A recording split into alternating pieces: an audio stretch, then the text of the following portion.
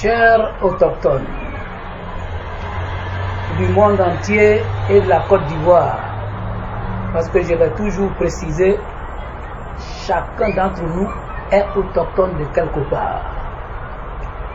Vous m'avez joint et vous étiez nombreux, surtout à me poser la question si d'aventure j'étais partant pour la présidentielle 2020 comme je l'ai été en 2015, où j'ai été éligible par rapport à d'autres qui ne l'étaient pas, qui ne s'étaient pas présentés à la PISAM, et pourtant on les a vus sur la liste.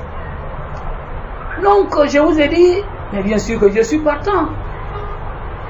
En votre nom, je suis partant pour distiller notre message qui est la vérité. Et vous m'avez demandé aussi, Yamate, tu t'es dit ivoiritaire. Il dit, mais oui, mais oui que je suis ivoiritaire. Il dit, mais ivoiritaire, ça fait ivoirité. Ça fait un peu la préférence nationale, un peu les peines. Il dit, mais enfin, quel mal y a-t-il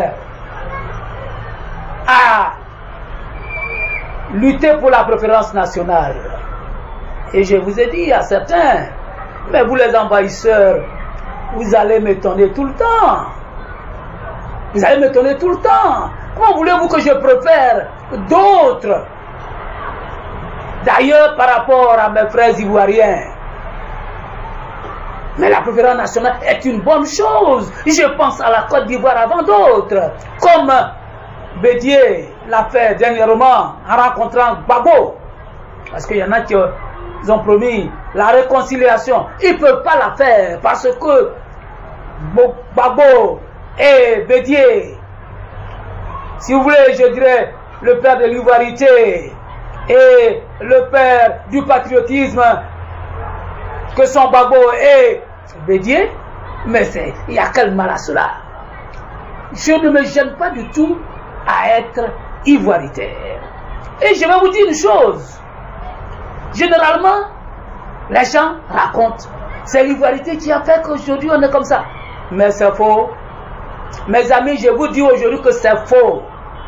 La partition de la Côte d'Ivoire est venue de la Charte du Nord. Les écrits sont là. Les paroles passent, mais les écrits sont là.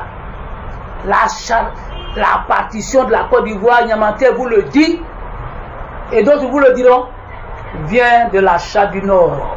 La première version de la Charte du Nord a été publiée le vendredi 5 janvier 1991, distribuée sous le grand boubou du vivant du fou Boigny.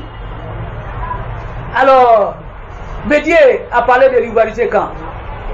Hein? Quand la Charte du Nord numéro 1 paraissait en 91, Oufou était vivant, c'est 2 ans après qu'Oufou est mort. Bédié a parlé de l'ivoirité en 1995, excusez-moi. Déjà, le poison était déjà semé dans le cœur de nos frères du Nord. On a fait croire à nos frères du Nord qui ne sont pas autochtones. Il y en a qui ont pris des armes, aujourd'hui, ils le regrettent. Ils le disent. Ils disent, mais écoutez, on nous a trompés. Vous voyez, il ne faut pas qu'on nous trompe encore une fois. Ça, je vous le dis.